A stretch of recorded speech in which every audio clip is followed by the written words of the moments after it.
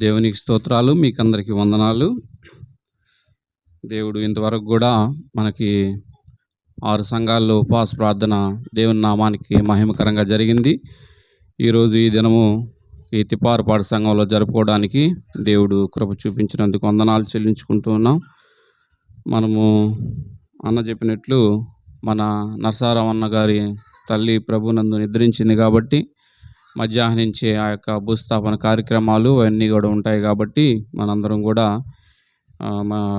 త్వరగా ఈ యొక్క ప్రార్థన ముగించుకొని అక్కడికి అటెండ్ అవ్వాలి. కాబట్టి మనం కొద్ది నిమిషాలు దేవుని మాటలు జ్ఞాపకం చేసుకుందాం. బైబిల్ గ్రంథంలో నుంచి ఈ మనకందరికీ తెలిసిన వాక్యమే మళ్ళీ ఒకసారి మనం గుర్తు చేసుకొని, మన పితరులైన వారు ఉపవాస ప్రార్థన చేసి వాళ్ళు జయాన్ని పొందుకున్నారని మనం గత 2-3 సంవత్సరాల నుంచి కూడా ఈ ఉపవాస ప్రార్థనలో మెసేజ్లు వింటూ ఉన్నాం.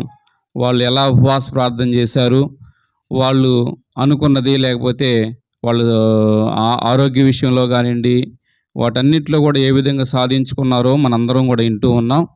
మనకందరికీ తెలిసిన వాక్యాలే. మళ్ళీ కొన్ని మాటలు మనం జ్ఞాపకం చేసుకుందాం. చూడండి, యోనా గ్రంథము 3వ అధ్యాయము 6-9 వచనాలు చదువుకున్నాం.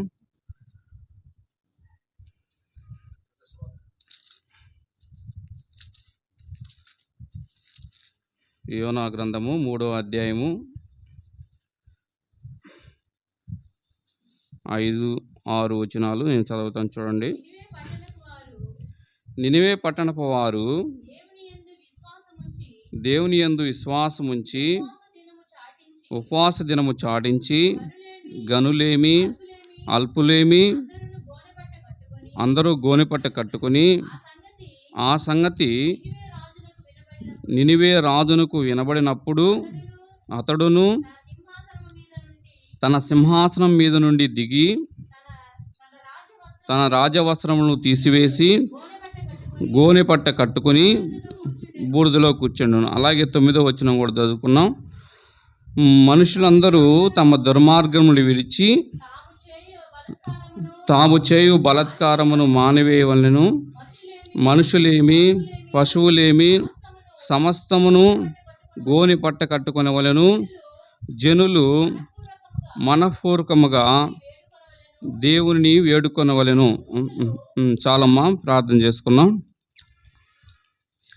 ప్రేమ కలిగిన ప్రియ పరలోకపు తండ్రి, నీ అమూల్యమైన ఘనమైన పాదాలకి స్తుతులు స్తోత్రాలు చెల్లించుకుంటూ ఉన్నాం. ప్రభువా, ఇదిగోనైనా ఈ యొక్క ఉపవాస ప్రార్థనలో మమ్మల్ని అందరినీ కూడా చేర్చి ఇంతవరకు కూడా నాయన నేను పాటలతో మహింపరచడానికి మీరు చూపిన కృపను బట్టి వందనాలు చెల్లించుకుంటూ ఉన్నాం. ఇదిగోనైనా వాక్య భాగానికి కూడా మేము వచ్చి ఉండగా తండ్రి, నిలవబడిన నన్ను కూడా జ్ఞాపకం చేసుకోండి. ఏమీ తెలియని వాడిని నిష్ప్రయోజన ప్రభువా, మీ సిలువు సాటున మరుపరచండి అయ్యా. మీరే మాట్లాడండి అయ్యా. చెప్పబడిన వాక్యము వింటున్న బిడ్డలను చెప్పిన నేనును మా జీవితాలకు అన్వయించుకొని నీ నామానికి మహిమకరంగా మేమందరం జీవించినట్లు మీ కృప సహాయం చేయమని యేసు నామములో ప్రార్థించి అడిగి వేడుకుంటున్నాం తండ్రి, ఆమేన్. ఇక్కడ మనం చూసుకున్నట్లయితే ఈ వాక్యం మనం అనేక సార్లు మనం విని ఉన్నాం. ఇక్కడ ఏంటి సందర్భం అని చూస్తే, ఇక్కడ మనకందరికీ తెలిసిన విషయం ఏంటంటే వీళ్ళు నినివే మహాపట్టణస్థులు. ఈ నినివే మహాపట్టణస్థులు దేవుని దృష్టికి వాళ్ళు వ్యతిరేకంగా జీవించినప్పుడు, లేకపోతే అయిష్టంగా జీవించినప్పుడు దేవుడు వాళ్ళకి ఆ పట్టణం మీదకి ఒక నాశనాన్ని లేకపోతే దుర్గతి రప్పించాలని అనుకున్నాడు. కానీ ఏం చేశాడంటే తన ప్రవక్త అయిన యోనాను పంపించి, ఇదిగో ఈ పట్టణం మీదకి ఈ విధంగా దుర్గతి రాబోతుంది, మీ పాపములు ఎక్కువైపోయినాయి, మీరు ఇప్పుడైనా కూడా మీరు దేవుని వైపు తిరగండి అని చెప్పి మీరు ప్రకటన చేయండి అని తన ఆ ప్రవక్త ద్వారా చెప్పినప్పుడు వాళ్ళు ఏం చేశారో ఆ చదువుకున్న వాక్య భాగమే మనము. వాళ్ళందరూ కూడా ఆ చెడు మార్గాలను జీవిస్తున్నప్పుడు, లేకపోతే దేవుని భయం లేకుండా జీవిస్తున్నప్పుడు వాళ్ళకి దేవుని యొక్క ప్రవక్త ఆ మాటలు తెలియజేయగానే, లేకపోతే దేవుడే తెలియచేయగానే వాళ్ళు ఏం చేశారో ఇప్పుడు చదువుకున్న భాగం నుంచి కొన్ని మాటలు మనం జ్ఞాపకం చేసుకున్నాం. చూడండి, ఇక్కడ 3వ అధ్యాయము 6వ వచనంలో మనం చూసినట్లయితే ఆ, ఉమ్, ఆ సంగతి నినివే రాజునకు వినబడినప్పుడు చాలమ్మా. ఇక్కడ మనము దీంట్లోంచి కొన్ని 5 మాటలు మనం జ్ఞాపకం చేసుకున్నాం. ఆ పట్టణస్థులు ఎలా దేవుని మాట విని దేవునికి సరెండర్ అయ్యారో, వాళ్ళు ఏమేం చేశారో, అలా చేసినందువల్ల వాళ్ళ యొక్క ఉపవాస ప్రార్థన అనేది వాళ్ళు దేవుడు విన్నాడు. ఆ పట్టణానికి రావాల్సిన యొక్క ఆ శాపం నుంచి లేకపోతే పాపం నుంచి కూడా వాళ్ళని తప్పించాడని మనకందరికీ తెలిసే. మనకందరం కూడా మనము ఈరోజు ఉపవాస ప్రార్థనలో మనం కూడా దేవుని సన్నిధిలో మొరపెట్టుకోవాలని, మన సమస్యలన్నీ కూడా మనము చెప్పుకోవాలని దేవుని దగ్గరికి వచ్చాం. దేవుడు నినివే మహాపట్టణస్థుల యొక్క ఆ వాళ్ళు మొరపెట్టుకున్న దాన్ని ఎలా విన్నాడో, వాళ్ళు ఏమేమి చేశారో అలాగ మనం కూడా చేసినప్పుడు మన ప్రార్థన దేవుడు వినేవాడుగా ఉంటాడు. ఇక్కడ 1వ 5 మాటలు మనం జ్ఞాపకం చేసుకున్నాం చూడండి. వాళ్ళు 6వ వచనంలో చదివినట్లు ఆ సంగతి నినివే రాజునకు వినబడినప్పుడు ఏం చేశారంట వాళ్ళు? ఆ సంగతి, ఏ సంగతి అని మనం చూస్తే, ఈ పట్టణం మీదకి అది మీకు పాపం, మీకు దుర్గతి రాబోతుంది, లేకపోతే మీ పట్టణస్థులంతా కూడా మీరు నాశనం అయిపోతారు అని ఆ ప్రవక్త ద్వారా వాళ్ళు విన్నప్పుడు వాళ్ళందరూ కూడా ఏం చేశారంటే, అక్కడ మనం ఇప్పుడు చదువుకున్న వాక్యంలో చూసుకున్నట్లయితే వాళ్ళు తగ్గించుకున్నారు. గనులేమి, రాజులేమి, అలుపులేమి, అక్కడుండే ప్రజలందరూ కూడా చాలమ్మా. ఇక్కడ మనము ఫస్ట్గా మనం తెలుసుకోవాల్సింది ఏంటంటే, ఆ పట్టణస్థులు దేవుని యొక్క మాట ఆ ప్రవక్త ద్వారా చెప్పబడినప్పుడు వాళ్ళందరూ ఏం చేశారంటమ్మా? దేవుని మాట విన్నారు. ఫస్ట్ వాళ్ళు ఏం చేశారు? దేవుని మాట విన్నారు. ఇప్పుడు చాలామంది రోజుల్లో కూడా మనం చూస్తే దేవుని మాట ప్రకటిస్తూ ఉన్నప్పుడు, లేకపోతే మీరు ఇదిగో ఈ మంచి మార్గంలో వెళ్ళండి అని చెప్తూ ఉన్నప్పుడు వాళ్ళు కొంతమంది ఏం చేస్తారు? వాళ్ళు వినరు.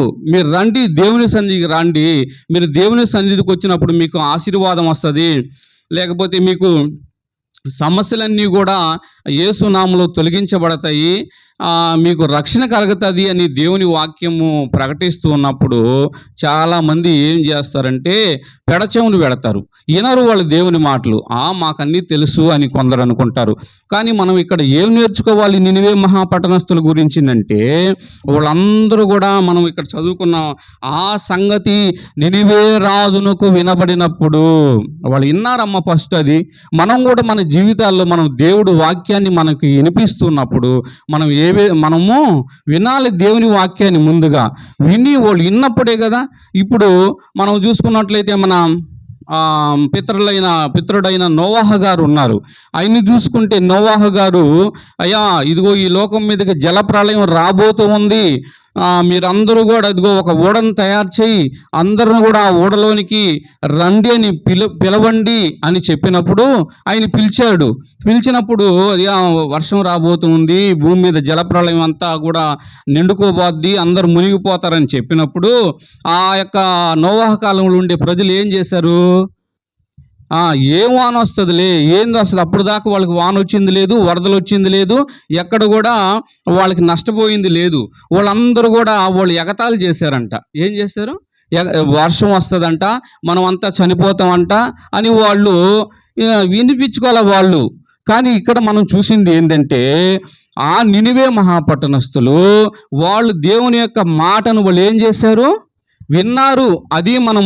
అదే మనం చూసినట్లయితే నిర్గమాకాండము 23వ అధ్యాయం 21వ వచనంలో కూడా అక్కడ ఏమి రాయబడి ఉందంటే, వాళ్ళు జాగ్రత్తగా విన్నారు అని రాయబడి ఉంది. ఈ నిర్గమాకాండం 23వ అధ్యాయం 21వ వచనంలో జాగ్రత్తగా దేవుని యొక్క మాటని విన్నారు అని రాయబడింది. మనందరం కూడా దేవుని మాటని జాగ్రత్తగా వినాలి. నినివే మహాపట్టణస్థులు వాళ్ళ యొక్క ఉపవాస ప్రార్థనలో సక్సెస్ అవ్వడానికి, వాళ్ళు అనుకున్నది సాధించడానికి వాళ్ళు ఏం చేశారు? మొదటగా రాజు కూడా ఏం చేశాడు? దేవుని మాటని విన్నాడు. విని రాజులు కూడా మేమేందయ్యా చేసేది, నేను రాజుని, చేస్తే ప్రజలందరూ చేయండి మీరు ఉపవాస ప్రార్థన అనలా. రాజు కూడా అక్కడుండే ఆ పట్టణస్థులందరూ కూడా విన్నారు. బైబిల్ గ్రంథం నిర్గమాకాండంలో కూడా దేవుని మాటను జాగ్రత్తగా వినాలంట. మనందరం కూడా ఎంతో ప్రయాసపడి మన గ్రామాల నుంచి మనము దేవుని వాక్యం వినేదానికి మనం వచ్చాం. అవును, ఒకసారి మనం జ్ఞాపకం చేసుకోవాలి, దేవుని మాటను మనం జాగ్రత్తగా వినాలి. విన్నప్పుడే మన దేవుడు మనం అనుకున్నది ఆయన ఇచ్చేవాడుగా ఉంటూ ఉన్నాడు. ఇంకా నెహెమ్యా గ్రంథంలో కూడా చూసినట్లయితే ఆనాటి ప్రజలు కూడా వాళ్ళు ఏం చేశారంటే 8వ అధ్యాయము 3వ వచనంలో శ్రద్ధతో దేవుని మాటను వినాలి, జాగ్రత్తగా దేవుని మాటను వినాలి, తర్వాత శ్రద్ధగా వినాలి దేవుని మాట. దేవుని వాక్యము బోధిస్తూ ఉన్నప్పుడు మనం నిర్లక్ష్యంగా లేకపోతే మనము నాకు తెలుసు అనే ధోరణితో కాకుండా దేవుని సన్నిధిలో మనము దేవుని మాటను శ్రద్ధగా వినాలి. ప్రసంగి గ్రంథంలో కూడా ఆయన అంటాడు, దేవుని మందిరం నువ్వు వెళ్ళినప్పుడు నీ ప్రవర్తన జాగ్రత్తగా చూచుకొనుము అంటున్నాడు.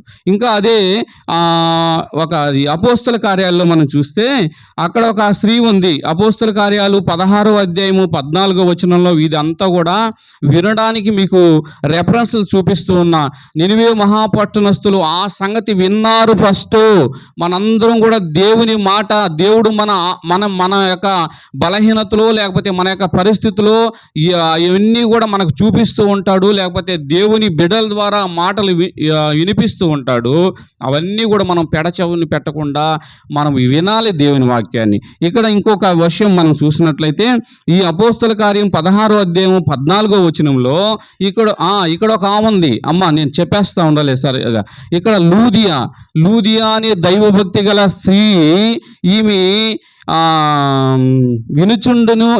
వింటూ ఉంది. పౌలు గారు వాక్యం చెబుతూ ఉంటే ఈమె ఎట్లా వింటుంది అంటే లక్ష్యం ఉంచింది, ఆయన చెప్పే మాటల యందు లక్ష్యం ఉంచింది.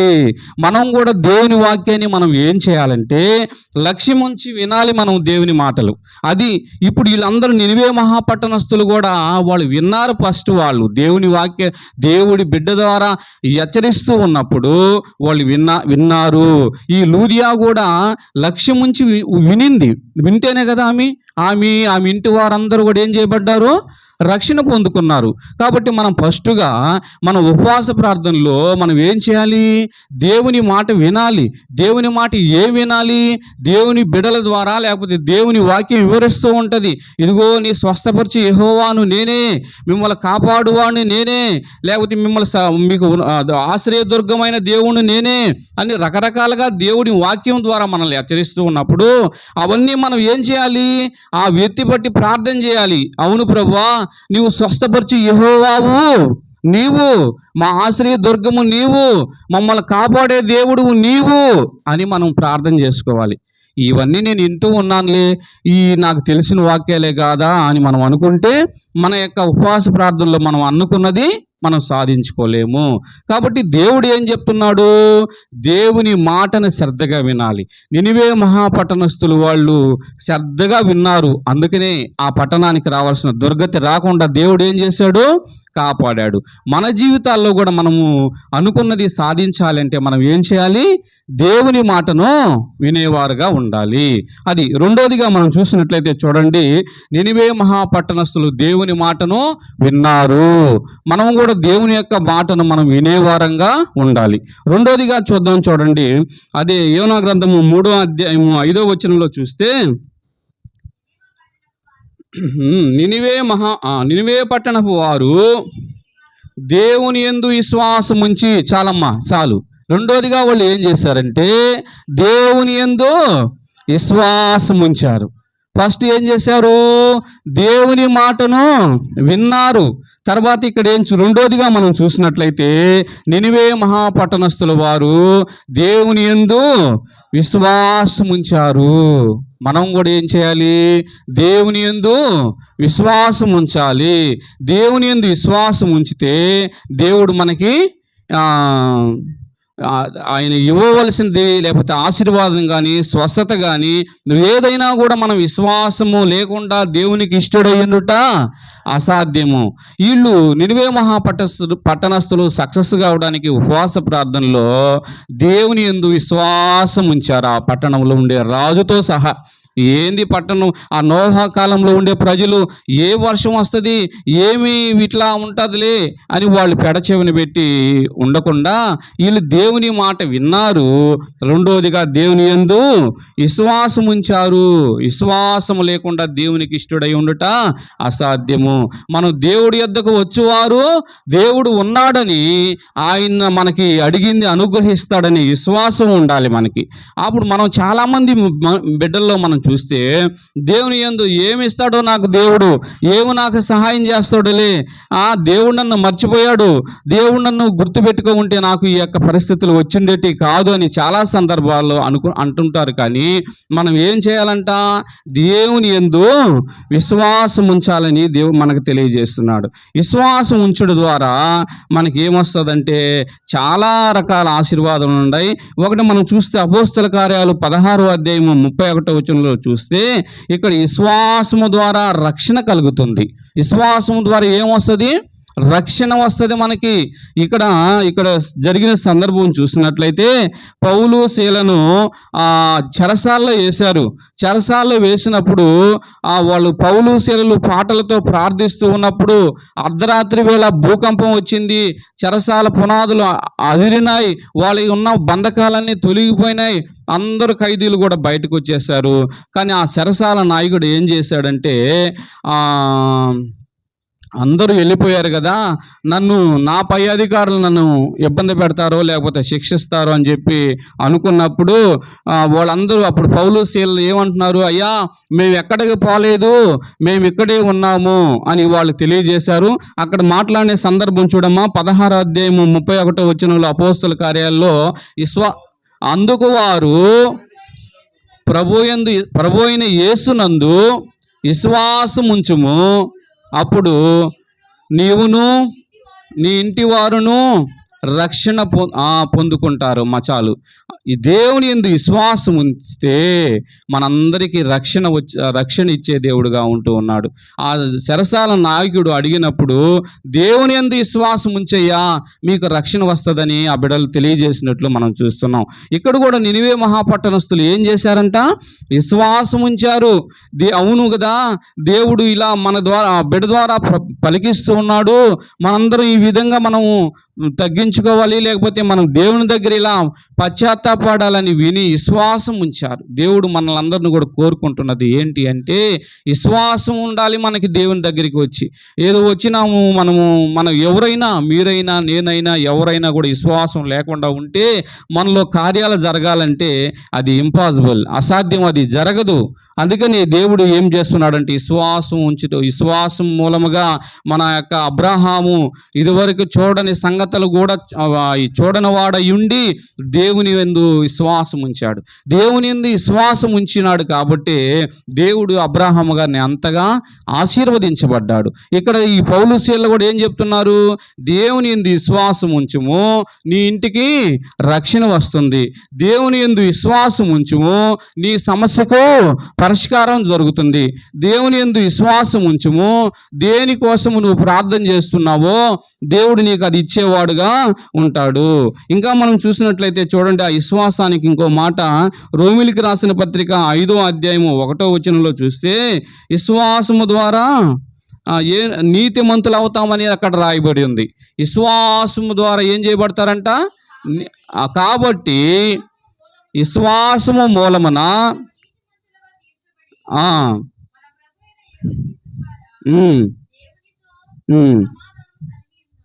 విశ్వాసము ద్వారా మనము నీతిమంతులుగా తీర్చబడి ప్రభు అయిన యేసుతో మనం ఏం కలిగి ఉంటాము, సమాధానము కలిగి ఉంటాము. వింటున్నారు కదా, అర్థమవుతుందని నేను చెప్పేది. నినివే మహాపట్టణస్థులు వాళ్ళు మళ్ళీ పదే మీకు చెప్తూ ఉన్నారు. నినివే మహాపట్టణస్థులు దేవుని మాట వాళ్ళు ప్రవక్త ద్వారా వాళ్ళు ప్రకటించినప్పుడు వాళ్ళు ఏం చేశారు, మొదటగా దేవుని మాటని విన్నారు, దేవుడు చెప్పే మాటకి విన్నారు, లోబడ్డారు. రెండోదిగా మనం ఇక్కడ చూసినట్లయితే నినివే వారు ఏం చేశారు, విశ్వాసం ఉంచారు. గుర్తుపెట్టుకోండి, నినివే వారు విశ్వాసం ఉంచారు. అలా చేయడం వల్ల వాళ్ళు ఉపవాస ప్రార్థనలో సక్సెస్ అయ్యారు. మనం ఉపవాస ప్రార్థనకి వెళ్తున్నాంలే అని మనము విశ్వాసం లేకుండా దేవుని మాటను మనం ఉచ్చరించాలి. స్టీఫెన్ పాల్ గారు కూడా తన మెసేజ్లో అప్పుడప్పుడు వింటూ ఉంటాం. మనం దేవుని వాక్యాన్ని మనం ఏం చేసుకోవాలంటే ఆపాదించుకోవాలి. ఆయన చెప్పాడు కదా, దేవుడు స్వస్థపరిచే యెహోవాను నేను, దేవుడు నన్ను స్వస్థపరుస్తాడు, నన్ను కాపాడుతాడు, ఈ సమస్య నుంచి నన్ను విడుదల కలగ చేయగడతాడని మనం ఎప్పుడు కూడా పాజిటివ్గానే మాట్లాడాలి. నాకు ఇది జరగదులే, దేవుడు నన్ను మర్చిపోయాడులే అని మనం అనుకుంటే అది జరగదు. కాబట్టి దేవుని మాటను మనం శ్రద్ధగా వినాలి. దేవుడు ఏం చెప్తున్నాడో ఆ మాటలు మనం అన్వయించుకోవాలి. రెండోదిగా ఈ పట్టణస్తులు ఏం చేశారంటే విశ్వాసం ఉంచారు. దేవుని మాటను విన్నారు, విశ్వాసం ఉంచారు. తర్వాత మూడోదిగా చూడండి, వాళ్ళు ఏం చేశారో చూసినట్లయితే ఆ 3వ అధ్యాయము 6వ వచనంలోనే మనం చూద్దాం. చూడండి అక్కడ, ఆ సంగతి నినివే రాజునకు వినబడినప్పుడు తన సింహాసనం మీద నుంచి దిగి తన రాజవస్త్రములను తీసివేసి గోనె పట్ట కట్టుకొని చాలా బూడిదలో కూర్చున్నాడని మనం చదువుతున్నాం. ఆ నినివే పట్టణస్తులు మూడోదిగా ఏం చేశారంటే తగ్గించుకున్నారు వాళ్ళు. అది మనం గమనించాల్సిన విషయం ఏమిటి అంటే, వాళ్ళు చెప్పినప్పుడు తగ్గించుకున్నారు. దేవుని సన్నిధిలో రాజు కూడా ఏం చేశాడంట, ఆయన రాజవస్త్రాలన్నీ కూడా తీసి పక్కన పెట్టేసి ఆయన గోనె పట్ట కట్టుకున్నాడు. గోనె పట్ట అంటే తగ్గింపుకి సాదృశ్యం. ప్రజలందరూ కూడా బూడిదలో కూర్చున్నారు అని చెప్పి మనం తెలియజేస్తున్నాం. తగ్గించుకున్నారు దేవుని సన్నిధిలో. రాజు కూడా చూడండి ఆయన ఎంతగా తగ్గించుకున్నాడో చూడండి. నేను చేయబడలేదులే, ప్రజలందరూ చేస్తే సరిపోద్ది అనుకున్నాడా? లేదు. తగ్గింపు జీవితం ఉంటే దేవుడు మనల్ని ఏం చేస్తాడంటే వెచ్చిస్తాడు. దేవుని సన్నిధిలో మనం తగ్గించుకోవాలి. దానికి చూసినట్లయితే సాదృశ్యంగా మనం చూద్దాం. చూడండి 2వ దినవృత్తాంతముల గ్రంథము 7వ అధ్యాయము 14వ వచనంలో చూస్తే తగ్గించుకోవడానికి సాదృశ్యం. నినివే మహాపట్టణస్తులు అందరూ కూడా దేవుని సన్నిధిలో వాళ్ళు తగ్గించుకున్నారు.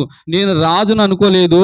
ఇంకొందరు ఏమంటారంటే, అయ్యా నీకు కలిగిన యొక్క బాధ లేకపోతే వ్యాధి లేకపోతే సమస్య నుంచి బయటపడాలి అంటే నీలో ఏమన్నా లోపాలు ఉన్నాయా, లేకపోతే దేవునికి విరుద్ధంగా ఏమన్నా జీవించావా, నువ్వు తగ్గించుకోయా దేవుని సన్నిధిలో అని ప్రార్థన చేయి అని అడిగినప్పుడు కొందరు దేవుని మాటకు లోబడిన వారైతే వింటారు ఖచ్చితంగా. కొందరైతే నేనేమి చేయలేదే, నేను ఎందుకు అలా చేయాలి అని అనేవాళ్ళు కూడా చాలామంది ఉంటారు. ఇక్కడ తగ్గించుకోవడం వల్ల ఏం జరుగుతుంది? నినివే మహాపట్టణస్తులు తగ్గించుకున్నారు. మస్తానక్క వింటున్నావా? నినివే మహాపట్టణస్తులు వాళ్ళు ఏం చేయబడ్డారు? తగ్గించుకున్నారు వాళ్ళు. చదవమ్మ అక్కడ. నా పేరు పెట్టబడిన నా జనులు తమ్మును తాము తగ్గించుకొని ప్రార్థన చేసి తమ చెడు మార్గములను విడిచిన, ఇలా తగ్గించుకోవాలి అంట. చెడు మార్గములను విడిచిన ఎడలా ఆకాశము నుంచి వారి పాపములు క్షమించి వారి దేశమును స్వస్థపరచుదును. తగ్గించుకుంటే ఏమొస్తుందంట చెప్పండి? స్వస్థత వస్తుంది. తగ్గించుకున్నారు నినివే మహాపట్టణస్తులు అందరూ కూడా. అయ్యా ఈ పట్టణం నాశనం అయిపోతూ ఉంది, మీరందరూ దేవుని మాట వినాలి, దేవునికి లోబడాలి అని చెప్తే రాజులేమి, ప్రజలేమి, పిల్లలేమి, పెద్దలేమి అందరూ కూడా దేవుని సన్నిధిలో వాళ్ళు ఏం చేస్తున్నారు? తగ్గించుకొని ప్రార్థన చేస్తున్నాడు. బైబిల్ గ్రంథం మనకి ఏం తెలియజేస్తుందంటే తగ్గించుకున్నప్పుడు మనకి ఏమొస్తుందంట? స్వస్థత వస్తుంది. ఇంకా మనం చూసినట్లయితే చూడండి, మత్తయి సువార్త 18:4లో తగ్గించుకుంటే పరలోక రాజ్యం వస్తుందని కూడా రాయబడి ఉంది. ఇంకా మనం చూసినట్లయితే లోకాసు వార్త 14:11 కూడా మనం దేవుడు ఏం చెప్తున్నాడంటే తగ్గించుకుంటే ప్రభు వెచ్చిస్తాడు అని రాయబడి ఉంది. తను తాను తగ్గించుకున్నవాడు హెచ్చించబడును అంటున్నాడు. మనం నేర్చుకుంటున్నాము ఈ నినివే పట్టణస్తుల నుంచి మనం ఏం తెలుసుకుంటున్నామంటే వాళ్ళు దేవుని మాట విన్నారు. మనందరం కూడా దేవుడు చెప్పే మాటలను మనం విని మనం వాక్యాలను మనం అన్వయించుకోవాలి. నేను ఉన్నవాడును అనువాడును ఎప్పుడు కూడా ఉండే దేవుడును, మీరు నా మాట వినండి, మీరు ఇలా చేయొద్దు, ఇలా ఉండండి అని మనం చెప్పినప్పుడు ఆ మాట మనం వినాలి దేవుడు మనతో మాట్లాడుతున్నప్పుడు. రెండోదిగా మనము దేవుని యందు మనం ఏం చేయాలంటమ్మా? విశ్వాసం ఉంచాలి. విశ్వాసం లేకుండా ఏది కూడా జరగదు. పరలోక రాజ్యానికి మనం పోలేము. ఈ లోకంలో ఉన్నప్పుడు దేవుని యొక్క ఆశీర్వాదాలు పొందుకునేదానికి కూడా అర్హత లేదు అని మనకు తెలియజేస్తూ ఉన్నాడు. ఈ మూడోదిగా వాళ్ళు ఏం చేస్తున్నారు? నినివే పట్టణస్తులంతా కూడా ఏం చేస్తున్నారంటమ్మా? తగ్గించుకున్నారు దేవుని సన్నిధిలో. వాళ్ళు గోదారుకుంటూ ఉన్నారు. వాళ్ళందరూ తగ్గించుకుంటే ఏమేమి వస్తుందంటే, మనం బైబిల్ గ్రంథంలో చదువుకుంటున్నాం కదా, స్వస్థత వస్తుంది, పరలోక రాజ్యం వస్తుంది. అలాగే మనం చూసినట్లయితే ప్రభు హెచ్చిస్తాడు మనల్ని. అవును, వీళ్ళు తగ్గించుకున్నారే కాబట్టి ఉపవాస ప్రార్థనలో వాళ్ళు సక్సెస్ అయినారు, వాళ్ళు విజయాన్ని పొందుకున్నారు అని మనం తెలుసుకోవాలి. మూడోదిగా వాళ్ళు ఏం చేయబడ్డారంటే తగ్గించుకున్నారు వాళ్ళు. అది తర్వాత నాలుగోదిగా చూద్దాం. చూడండి, నాలుగోదిగా వాళ్ళు ఏం చేశారో ఆ నినివే మహాపట్టణస్థులని చూసినట్లయితే 3వ అధ్యాయము 9వ వచనం చదువుకున్నాం. చూడమ్మా, ఆ మనుషులందరూ తమ దుర్మార్గములను విడిచి చాలమ్మా. ఇంకా వాళ్ళు ఏం చేశారో చూడండి. నాలుగోదిగా మనం చూసినట్లయితే ప్రజలందరూ తమ దుర్మార్గములను విడిచిపెట్టారు. ఇది నాలుగోది. ఊరికే ఉపవాస ప్రార్థనలో ప్రార్థన చేస్తే వస్తుంది అనుకునే దానికి కాదు. ఇవన్నీ మనం అన్వయించుకోవాలి. ఈ మాటలు, దేవుని మాటలు విన్నప్పుడు దేవుని మాట వినాలి, విశ్వాసం ఉంచాలి, దేవుని సన్నిధిలో తగ్గించుకోవాలి. తర్వాత నాలుగోదిగా మనం చదువుకున్నాం కదా, ఏమంటున్నాడు? దుర్మార్గములను విడిచాడు. మనము ప్రభువుకు ఆయాసకరమైన మార్గములు ఏమన్నా మన యందు ఏమన్నా ఉంటే అవన్నీ కూడా దేవుని సన్నిధిలో మనం ఏం చేయాలి? విడిచిపెట్టుకోవాలి. అవన్నీ వాళ్ళు విడిచిపెట్టేశారా నినివే మహాపట్టణస్థులు. ఊరికే రాల వారికి ఉపవాస ప్రార్థనలో జయము. విడిచిపెట్టారంట. తమకి దేవుని దృష్టికి ఏదైనా ఆయాసకరమైంది ఏమైనా ఉందా అని అవన్నీ కూడా వాళ్ళు విడిచిపెట్టినట్టున్నారు. మన జీవితాల్లో కూడా మనం ఏం చేయాలి? దేవునికి నేను విరుద్ధంగా ఏదైనా మాట్లాడానా, లేకపోతే ప్రవర్తించానా, లేకపోతే ఇంకోటి ఏమన్నా చేశానా, ఇదంతా కూడా వదిలిపెట్టుకోవాలి. ఇది ఈ వాక్యం మనం చూసినట్లయితే ఉపవాస ప్రార్థనకి మెయిన్ మనలో ఉన్న వాటిని మనం ఏం చేసుకోవాలి? సరి చేసుకోవాలి. దేవుని సన్నిధిలో సరి చేసుకోకుండా చాలామంది మనం చూస్తూ ఉంటాం. వాళ్ళ ప్రవర్తనలో ఏమీ మార్పు రాదు. వాళ్ళు ఏడ్చి ప్రార్థన చేస్తారు, కానీ వాళ్ళ ప్రవర్తన మాత్రం ఏం మార్చుకోరు. వాళ్ళు ఎప్పటిలాగే ఈ దేవుని సన్నిధిలో మాత్రం వాళ్ళంతా పశ్చాత్తాపడినట్టు, లేకపోతే ఉపవాసం ఉండి ప్రార్థన చేస్తారు. లోకంలోకి వెళ్ళిపోయినప్పుడు మళ్ళీ ఏం చేస్తారు? యథాతథంగా జీవిస్తూ ఉంటారు. వీరికి ఏమీ రాదు దేవుడి దగ్గర నుంచి. కానీ వీళ్ళు విడిచిపెట్టారు. మరలా వాళ్ళు దాని జోలికి పోలా నినివే మహాపట్టణస్థులు. దేవుడు మనందరినీ కూడా కోరుకుంటున్నది ఏంటి అంటే, మన యొక్క సమస్యను మనము సాల్వ్ చేసుకోవాలన్నా, లేకపోతే దేవుని దగ్గర నుంచి విజయం పొందుకోవాలన్నా మొదటగా మనం ఏం చేయాలి? మిగతా వీటన్నిటి కొద్దో గొప్ప ఉంటాయి, కానీ మూడో చెప్పుకున్న వీటిలో మాత్రం చాలామంది ఏం చేస్తారు? వాళ్ళు బలహీనతలు మాత్రం వదిలిపెట్టుకోకుండా నాకు ఆశీర్వాదం కావాలని కూర్చుంటారు అందరూ. కానీ అది రాదంట. కానీ వీళ్ళందరూ కూడా ఏం చేశారు? విడిచిపెట్టారు. నినివే మహాపట్టణస్థులు తమ బలహీనతలను విడిచిపెట్టుకోకుండా మాత్రం నాకు ఆశీర్వాదం కావాలంటే అది రాదు. దేవుడు మనకి వాళ్ళందరూ కూడా ఏం చేశారంట? ఆ నినివే మహాపట్టణస్థులు అందరూ కూడా తమ దుర్మార్గాలు విడిచిపెట్టుకున్నారు. దుర్మార్గాలు అంటే పెద్ద పెద్ద దుర్మార్గాలు మేము ఏమన్నా చేసామా అని అనుకోవచ్చు. అవి కాదు. దేవుని దృష్టిలో దేవుని మాట వినకుండా ఉండడమే అంతే. కాబట్టి దేవుని సన్నిధిలో మనం ఏం చేయాలి? మనకు తెలుసు మనం ఏం మాట్లాడతామో, మనం ఎలా ప్రవర్తిస్తామో, మన అంతరాత్మ మనల్ని బయట మనము తిరిగి ప్రవర్తించేటప్పుడు మన మనసాక్షి మనల్ని ఎవరో చెప్పబల్లే నువ్వు ఇలా చేసావని.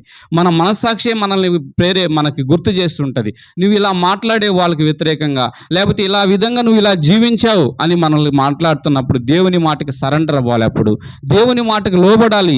ఇవన్నీ ఏమి లేకుండా మనము పశ్చాత్తాపడి నేను వచ్చినానయ్యా, పశ్చాత్తాపడడం అంటే మళ్ళీ ఆ సమస్య దాని గురించి పశ్చాత్తాపడ్డావు, కానీ మనం విడిచిపెట్టేయాలి. వీటిని విడిచిపెట్టుకోకుండా ఈ రోజుకి పశ్చాత్తాపడినాలే, రేపటి నుంచి మావులు అనుకుంటే ఏది కూడా దేవుడు మనకి ఇవ్వలేడమ్మా.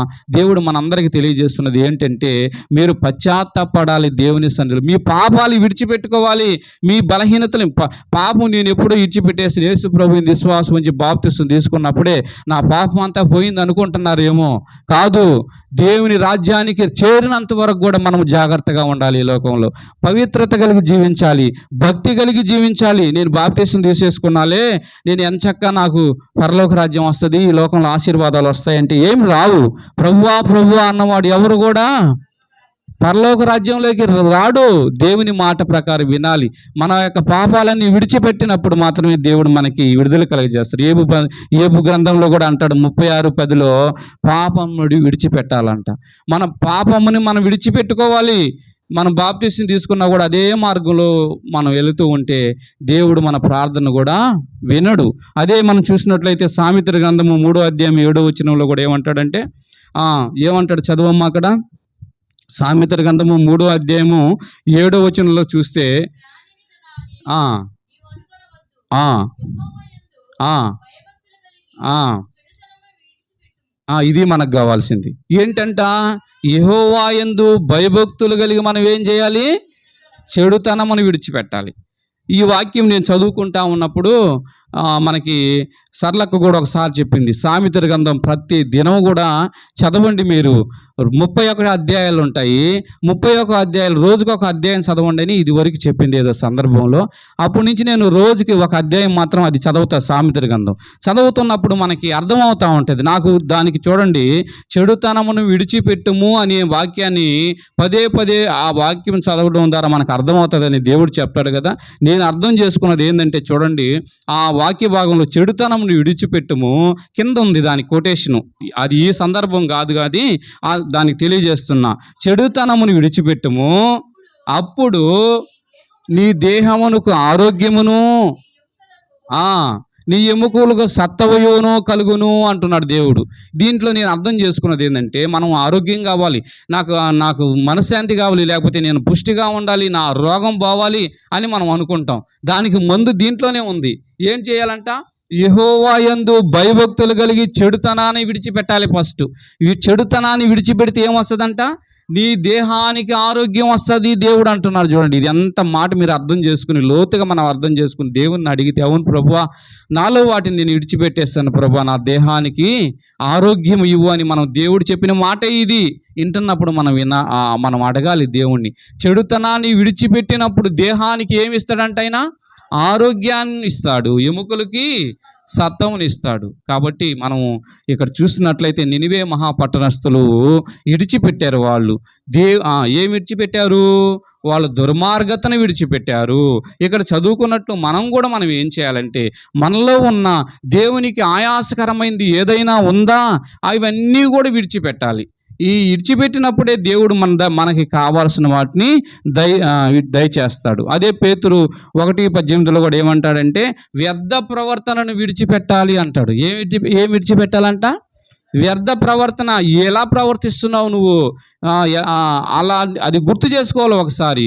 వ్యర్థ ప్రవర్తనని విడిచిపెట్టాలి. విడిచిపెట్టినప్పుడే మనకి దేవుని దగ్గర నుంచి సహాయం వస్తుంది. నినివే మహాపట్టణస్థులు వాళ్ళు ప్రార్థన చేశారు, విజయం పొందుకున్నారని వరకే మనకు తెలుసు. ఎన్ని ఉన్నాయి చూడండి దీంట్లో.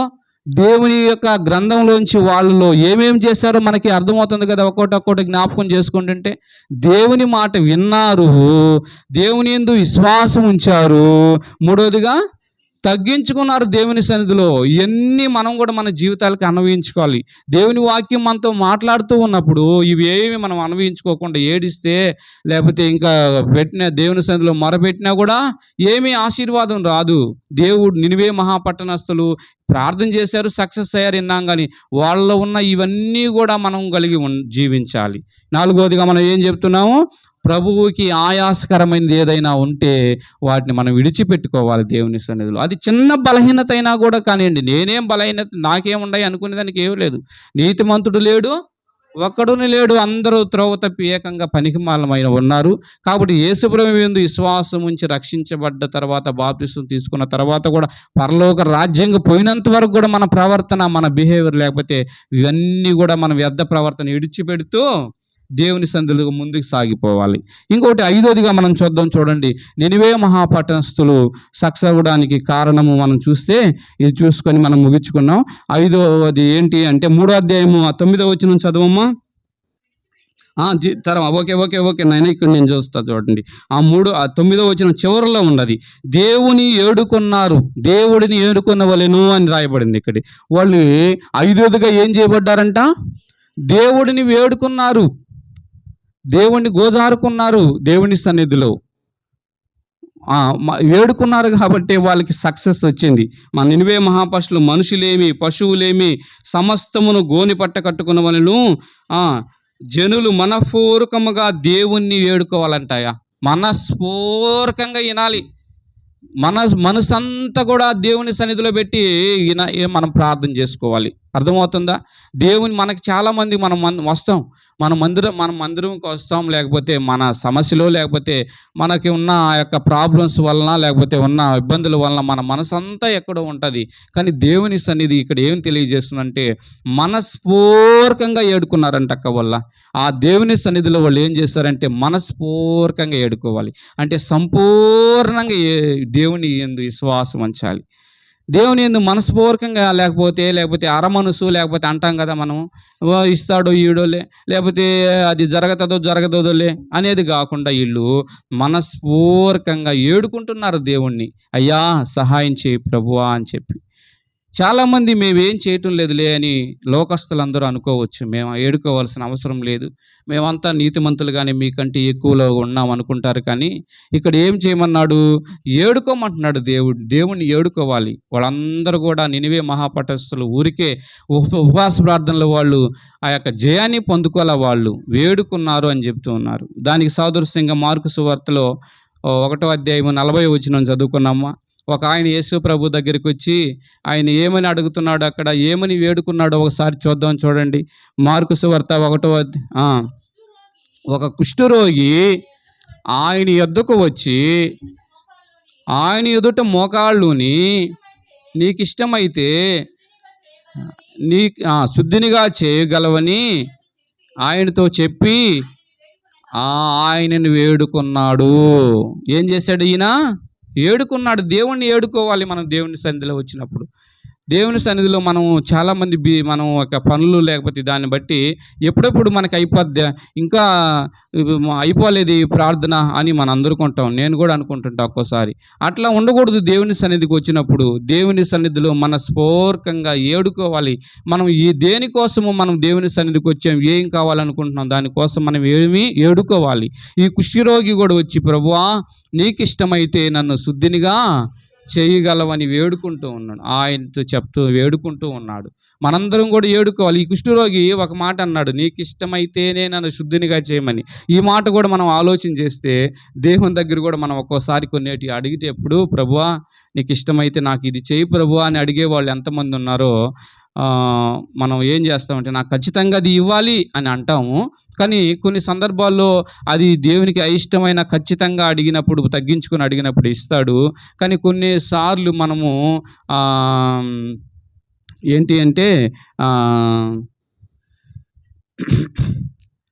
ఒకవేళ అది ఖచ్చితంగా ఇస్తాడు, కానీ దానివల్ల మనము ఎక్కువ ఆశీర్వాదం ఉండదు, కొన్ని నష్టాలు కూడా ఉంటాయి అన్నమాట. ఖచ్చితంగా నాకు ఈ అని గోజారుకునే దానికోసము ఇస్తాడు. దానికి ఉదాహరణగా చూస్తే మా మేనమామ భార్య ఒక ఉంది.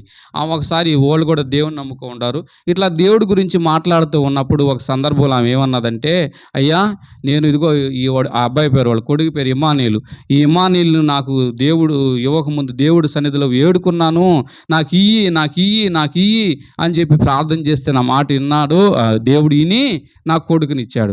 వాడి వల్ల నాకు ప్రశాంతతే లేదయ్యా. వాడు నా మాటే వినడు, వాడు భార్యని సక్రంగా చూసుకోడు, ఇంట్లో ఉన్న సభ్యుల్ని సక్రంగా పట్టించుకోడు. అట్లా ఉంటారన్నమాట. దేవుడైతే ఇస్తాడు, కానీ దేవుడి సన్నిధిలో ఒక మాట కూడా అనాలి. మనం ఏమనాలి? ప్రభువా నీ చిత్తమైతే నాకు దయచేయి ప్రభువా అని చెప్పి కూడా మనం ప్రార్థన చేసుకోవాలి. మనం 5వది వాళ్ళు ఏం చేశారంటే నినివే మహాపట్టణస్థులు వేడుకున్నారు కాబట్టి దేవుళ్ళు వాళ్ళు ఉపవాస ప్రార్థనలో సక్సెస్ అయ్యారు. ఇవి మనం చూసుకున్నట్లయితే నినివే మహాపట్టణస్థుల నుంచి మనం నేర్చుకున్నది ఏంటి అని మనం చూస్తే, వాళ్ళు ఏం చేశారంట చెప్పాలి మీరు. దేవుడి మాట ఫస్ట్ ఏం చేశారు? విన్నారు. తర్వాత రెండోదిగా విశ్వాసం ఉంచారు. మూడోది తగ్గించుకున్నారు. నాలుగోది వాళ్ళు ఇడిచిపెట్టారు, దేవునికి ఆయాస్కరమైందంతా కూడా ఇడిచిపెట్టారు. 5వది వేడుకున్నారు. మనం కూడా నినివే మహాపట్టణస్థుల నుంచి నేర్చుకోవాలి. ఉపవాస ప్రార్థన ఉన్నప్పుడు ఇవన్నిటిని మనం కలిగి జీవించాలని దేవుడు కోరుకుంటున్నాడు. వాళ్ళు అందుకనే వాళ్ళు ఇవన్నీ పాటించారు కాబట్టి, యోనా ప్రకటన చేసినప్పుడు వాళ్ళు ఈ విధంగా చేశారు కాబట్టి వాళ్ళకి ఏం చేసినారు, రాబోయే దుర్గతి నుంచి వాళ్ళు తప్పించుకున్నారు. మనం కూడా నేర్చుకోవాలి ఆ నినివే మహాపట్టణస్థుల నుంచి తగ్గించుకునేది, విశ్వాసం ఉంచాలి, ప్రార్థన చేయాలి, వేడుకోవాలి అని దేవుడు మనకి తెలియజేస్తున్నాడు. ఈ రీతిగా మనం చెప్పబడిన వాక్యాన్ని మన జీవితాలకు అనుభవించుకొని దేవుళ్ళో ముందుకు సాగిపోవాలని దేవుడు కోరుకుంటూ ఉన్నాడు. దేవుడి మాటలు దీవించును గాక.